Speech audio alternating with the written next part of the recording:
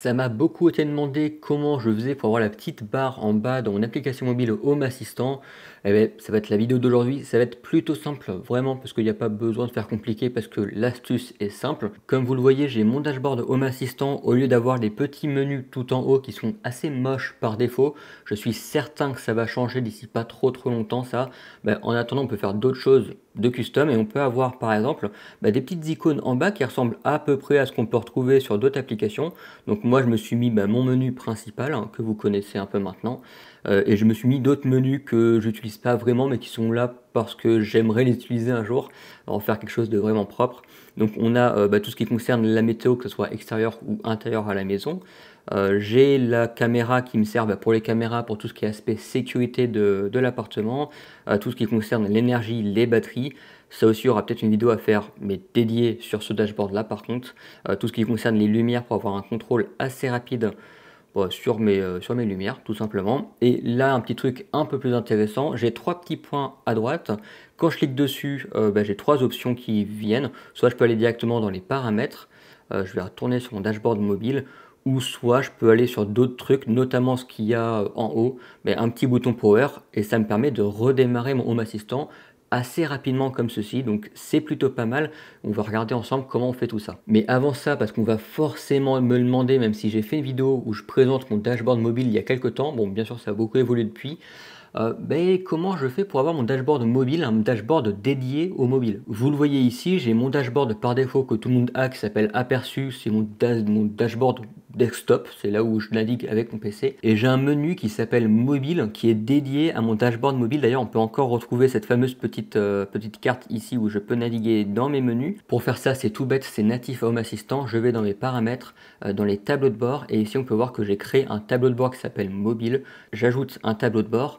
L'interface a changé depuis la dernière mise à jour, donc c'est cool. Je crée un nouveau tableau de bord vide. Ici, je le nomme mobile. Dans l'icône, je mets cell phone, qui est l'icône d'un smartphone. L'URL, je la laisse par défaut, elle est très bien affichée dans la barre latérale, je laisse cocher. Et comme ça va me créer directement un nouveau dashboard. Je ne vais pas le faire parce que j'ai déjà fait. Et la chose importante pour que ce dashboard-là soit par défaut sur votre application mobile, je vais vous le montrer, c'est tout simple. Vous ouvrez votre application mobile sur votre téléphone. Il faudra faire ça pour chaque appareil où vous voulez que cette carte soit par défaut. Donc si vous avez deux téléphones, il va falloir le faire deux fois sur l'application. Là, je vais pas aller dans les paramètres, je vais aller dans mon profil utilisateur. Donc je vais slider up à gauche, vu que j'ai plus le menu burger en haut. Ça aussi, c'est un petit truc, je vais vous montrer. Hop. Donc on va aller sur mon profil qui s'appelle Jérémy. Et si je descends un petit peu en bas, on peut voir qu'il y a les paramètres de l'application mobile. Dans le thème, je peux mettre un thème par défaut. Bon, ça m'intéresse pas. Là, ce qui nous intéresse dans notre cas précis, c'est le tableau de bord. Mais par défaut, vous avez Aperçu entre parenthèses par défaut. Là, vous sélectionnez ce que vous voulez mettre. Donc moi, c'est mobile. Je clique dessus et boum, c'est fait, tout simplement. C'est pas plus compliqué que ça. Pour avoir plusieurs onglets, bien sûr, il vous faudra créer plusieurs pages ou de ce que vous voulez, peu importe.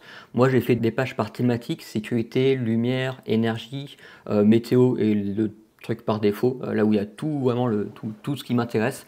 Les lumières, mes rideaux, ma serre connectée que j'ai d'ailleurs verrouillé. Et bien sûr, tout ça, faudra les créer en amont. Pour faire ça, c'est super simple. J'ai mon dashboard qui s'appelle mobile, je viens l'éditer. Et en haut, on peut voir que j'ai des pages qui correspondent à ce que j'ai en bas. J'ai ma page salon, mais vous occupez pas, ça c'est encore autre chose. Comment je fais pour créer la page et pour qu'elle soit masquée dans la barre d'en haut, parce que ça c'est une petite astuce à savoir. Je vais faire semblant de créer une page pour vous montrer comment ça marche. Donc là je clique sur le petit plus, la mise en page je laisse par défaut, le titre j'en mets pas parce que comme ça me permet de juste avoir les petites icônes, moi je préfère, pas besoin d'avoir des titres. Ou quoi qu'on peut en mettre, peu importe. L'icône, je mets l'icône de ce que j'ai envie. Si j'ai envie de me créer un dashboard pour ma salle de bain, je vais mettre bathroom. Peut-être voilà, j'ai quelque chose de plutôt sympathique pour la salle de bain. Je clique dessus. L'URL, il faut quand même en mettre une, même si vous ne mettez pas de titre. On va mettre bathroom, salle de bain. Le thème, moi j'aime bien mettre le thème de Mushroom Shadow. C'est pas obligatoire, mais j'aime bien ce thème-là, donc je le mets. Et ici, super important, la sous-vue, vous la cochez. Comme ça va griser l'élément en haut de votre barre, tout en haut, là, ça va le griser. Et quand vous cliquez sur terminer, ça va ne pas l'afficher. Elle sera masquée, et ça, c'est ce qu'on veut. Comme ça, ça ne s'affichera pas en haut, ça s'affichera uniquement en bas. Bon, ça, en soi, c'est pas forcément nécessaire, mais j'aime bien le faire parce que c'est un peu plus propre. Et tout en bas, ici dans les sections, vu que c'est une vue mobile, on a en général qu'une section, qu'une colonne. Bah, je mets tout simplement une colonne et hop, c'est tout. Donc là, je peux hop, venir enregistrer. On peut voir que hop, quand je clique sur terminer, j'ai tout qui disparaît. Quand je clique sur mobile, ici, j'ai plus rien. Et mon dashboard, il est caché ici. Bon, ça c'est pour l'exemple. Après, il faudra faire votre dashboard comme vous l'entendez, mais c'est pas trop le sujet de la vidéo. Ça, c'était pour les quelques petits prérequis. Maintenant, comment je fais pour avoir la barre? C'est super simple. Ça se passe dans le Community Store d'Home Assistant. Donc, si vous n'avez pas installé Axe, je vous invite à le faire. Et j'ai fait une vidéo dédiée sur comment installer Axe. Donc, n'hésitez pas à aller la regarder. Donc, moi, j'ai déjà Axe de disponible sur mon assistant. Je clique dessus. Et ici, on peut voir que forcément, je l'ai déjà mis, voilà, c'est navbar, ça c'est le nom de la carte qu'on va installer. C'est celle-ci, on peut voir d'ailleurs que j'ai une mise à jour à faire il y a 41 minutes, donc c'est parce que c'est la 12.2 qui est sortie.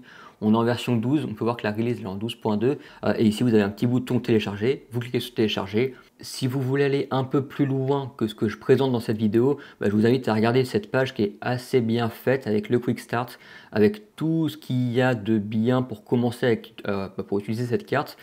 Elle est assez bien documentée, même s'il y a 2-3 trucs que j'ai pas trop trouvé comment faire. Et si vous voulez me partager vos créations avec cette carte, je vous invite à regarder dans la description. Il y a forumdomotique.com et vous pouvez venir partager vos créations là-dessus. Comme ça me permettra de regarder ce que vous faites et voir les petits tweaks que vous avez. Ça peut être intéressant. Donc on va retourner en arrière. Et la seconde carte que je vais utiliser, c'est le Kiosk Mode qui est ici, qui est aussi une carte très intéressante. Et celle-ci va nous servir à masquer la petite barre qu'il y a en haut par défaut de Home Assistant qu'on ne veut pas parce qu'on va tout gérer via le menu d'en bas qu'on vient de rajouter. Donc Kiosk Mode, pareil ici Kiosk Mode, vous le téléchargez. Tous les liens de tous ces petits trucs là, je vais vous les mettre en description dans l'article dédié. Donc vous cliquez sur l'article, vous aurez les liens, les bouts de code et compagnie, vous aurez tout dans l'article. Et c'est tout. Donc là, on a tout notre prérequis. Une fois que c'est téléchargé, on revient sur notre dashboard mobile. Sur mon dashboard, j'ai mon petit crayon en haut à droite, je clique dessus. J'ai mes 3 petits points, je reclique dessus. Et ici, j'ai l'éditeur de configuration et c'est ici que tout va se passer. Donc j'ai mon kiosque mode que j'ajoute tout en haut. J'ai des paramètres qui sont dédiés uniquement pour l'application mobile. Donc qu'est-ce que je fais? Je cache le header. Le header, c'est tout ce qui se trouve en haut. Ça nous fait gagner quelques pixels en plus. C'est plutôt cool. Ignore Entity Settings, yes. Et le Custom Width, ça c'est la largeur par défaut du mobile. Vous laissez tout ça par défaut. On peut voir tout simplement, c'est si je le retire, qu'est-ce qui se passe sur mon application mobile. Hop, j'actualise. Mais j'ai toute la barre d'en haut qui revient. Donc là, l'idée, c'est quand je colle ce bout de code, j'enregistre, j'actualise, hop, je rafraîchis et boum, ça disparaît. Ça, c'est la première chose. Et d'ailleurs, ça, c'est une astuce qui est super pratique pour les dashboards muraux avec des petites tablettes. C'est beaucoup trop bien. Et là, c'est le gros morceau de la vidéo, mais vous allez voir, c'est super simple à mettre en place. J'ai mon navbar template, donc ça, vous pouvez prendre le code et le copier. Après, il faudra juste l'adapter selon vos cas d'utilisation. Donc déjà, on a le navbar template 2 points. Ça, c'est parce que j'utilise un template. Comme ça me permet d'éviter de faire des copier-coller sur toutes mes pages. Vous allez comprendre après par la suite. J'ai une template que je nomme main navbar. Tout ce code là, ça correspond à toute la barre qui est en bas, vraiment. Ensuite, j'ai différentes routes et dans les différentes routes, j'ai à chaque fois 3 paramètres. L'URL de destination, donc quand je clique sur un icône en bas, vers où ça me redirige, l'icône qui est associée et le label, mais moi je l'affiche pas les labels sur le mobile. Les labels, c'est juste c'est le titre en fait de la page, mais pas très intéressant celui-ci. En soi, je pourrais le supprimer, ça ne sert pas à grand chose. Bon, allez, je le laisse, c'est cadeau, mais sert pas à grand chose. Et dans l'idée, vous mettez un de ces blocs là pour chaque icône que vous voulez avoir sur votre petite barre en bas.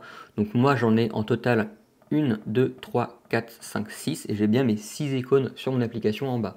La première, c'est mon dashboard par défaut. Donc là, j'ai un petit 0, ça ne sert pas à grand chose. En soi, je pourrais le retirer. L'icône, j'ai mis l'icône de la maison et le label, j'ai mis Home. Pareil pour ma seconde icône, c'est tout ce qui concerne la météo. Donc je l'ai appelé, ça c'est Weather. L'URL qui est là, par exemple ici, dashboard mobile Weather, slash dashboard mobile, ça correspond à mon dashboard ici dédié. Ici, on peut le voir tout en bas à gauche. J'ai l'IP de mon Home Assistant et j'ai dashboard mobile. Et ensuite, si je vais dans l'icône Weather qui est ici, on peut voir que là j'ai mis dans l'URL un weather. Donc ça c'est le chemin qu'il faudra mettre dans l'URL à chaque fois. Ici je mets dashboard mobile / sécurité parce que mon dashboard, ma page dans mon dashboard s'appelle sécurité. Pour l'icône j'ai mis weather cloudy, mais pour l'icône vous pouvez sélectionner un peu ce que vous voulez. Si vous voulez une icône de clock, donc d'horloge, vous tapez clock et vous voyez qu'il y a le petit menu d'Home Assistant qui apparaît. Vous choisissez ce que vous voulez. Le label, j'ai nommé température, mais ça n'a pas d'importance parce que physiquement, ça se voit pas sur l'application. Donc ensuite, vous avez compris le principe. Là, j'ai 6 icônes, mais si je veux un 7e icône, je copie-colle ici, tac, hop, je viens coller. Et après, je remplace les informations. Énergie, je mets dashboard 2. Dans l'icône, je peux mettre l'icône settings car, voilà, pourquoi pas. Et ici je peux mettre car. Donc par exemple je peux avoir un dashboard, je vais plutôt mettre car, je peux avoir un dashboard dédié à ma voiture, pourquoi pas, avec ici je peux mettre juste même l'icône car, c'est plutôt pas mal, voilà, et ça me fera un 7e icône. Bien sûr l'URL, moi elle n'existe pas parce que j'ai pas créé le dashboard en amont, pensez à créer le dashboard comme je vous ai montré, avant parce que sinon ça ne fonctionnera pas. Ça faut que ça corresponde vraiment à une URL. Donc moi ça j'en ai pas besoin, on supprime et en soi on pourrait s'arrêter là, ça répond à la quasi-totalité des besoins. Mais si vous voulez regarder un peu comment ça fonctionne, le trois petits points ici en haut, on a des petits trucs c'est tout fait parce que ça je l'ai copié-collé dans l'exemple qui est donné par le développeur qui fait cette carte là. J'ai juste fait un gros copier-coller, j'ai modifié à ma sauce et c'est tout. C'est tout simplement le le dernier icône, donc le 6e plutôt, qui est ici. Tout ça, ça correspond à le petit icône 3 dots. Qu'est-ce qu'on a là-dedans? On a le icône, le dot horizontal. Ici, si je vous montre dot horizontal, ça correspond aux 3 petits points. C'est ce qu'on retrouve sur mon dashboard. Le label mort pour plus, il n'y a pas besoin qu'il soit là. En soi, je pourrais le supprimer encore une fois, mais bon, allez, on le laisse.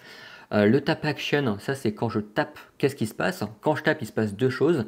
Ça m'ouvre open pop-up, donc ça m'ouvre une petite pop-up qui est ici. Et dans le haptics, je mets true. Et en fait, tout simplement, le haptics true, c'est quand je clique sur un petit bouton ici, hop, j'ai mon petit pop-up qui s'affiche, mais j'ai un petit retour haptique. Ça permet tout simplement d'activer le vibreur de l'iPhone quand je clique sur l'icône. Et donc, l'action, c'est open pop-up. La pop-up, elle est juste en dessous, elle est ici. Et après, c'est le même schéma. Vous mettez icône URL, icône URL, icône. On va voir la suite. Donc là les labels ne sont pas nécessaires ici, donc j'en ai pas mis, j'ai pas mis les labels, comme ça me permet d'avoir juste les petites icônes et j'ai pas les textes qui sont affichés parce que je trouve pas ça très joli en fait d'avoir les textes.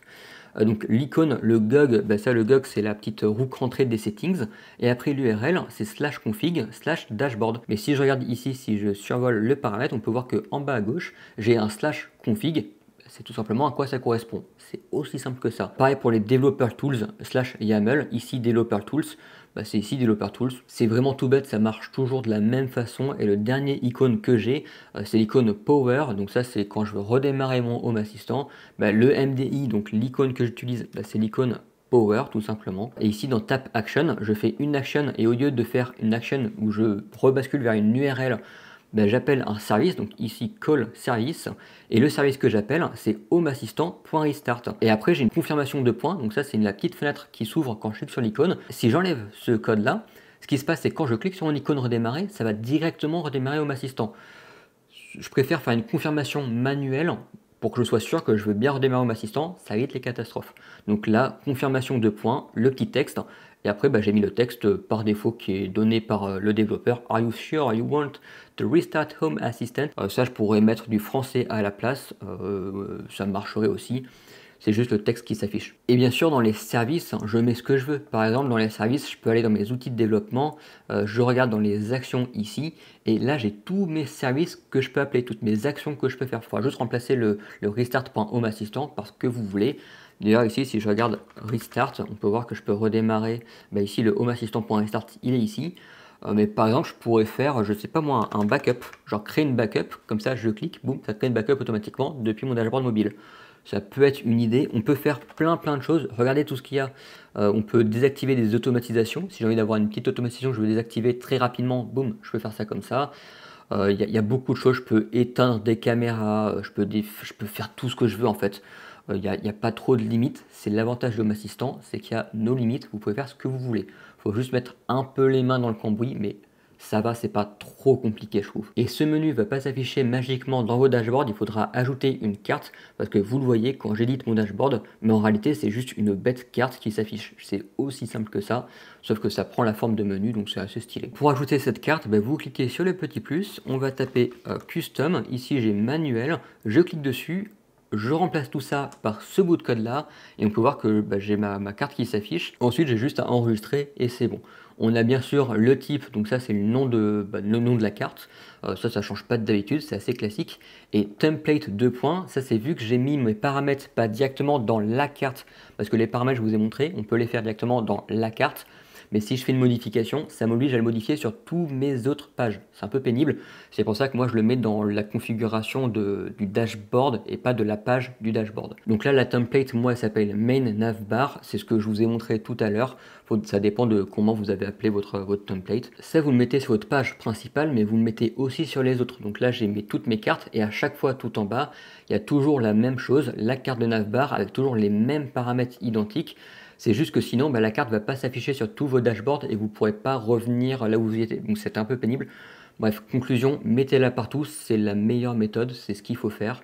Et donc le nom, bien sûr, le nom de, je ne l'ai pas sorti de mon chapeau, il est ici, main navbar, il est ici. Donc ça dépend du nom de la template. Si vous avez appelé ça dashboard, vous mettez ce nom-là dans la carte sur chacune de vos pages. Et maintenant vous avez toutes les cartes en main pour faire un joli dashboard comme moi, donc avec des petites cartes toutes mignonnes, et surtout ça c'est vraiment la petite killer feature, les 3 petits points, hop, et je peux redémarrer mon Home Assistant ici, ça je trouve ça beaucoup trop stylé.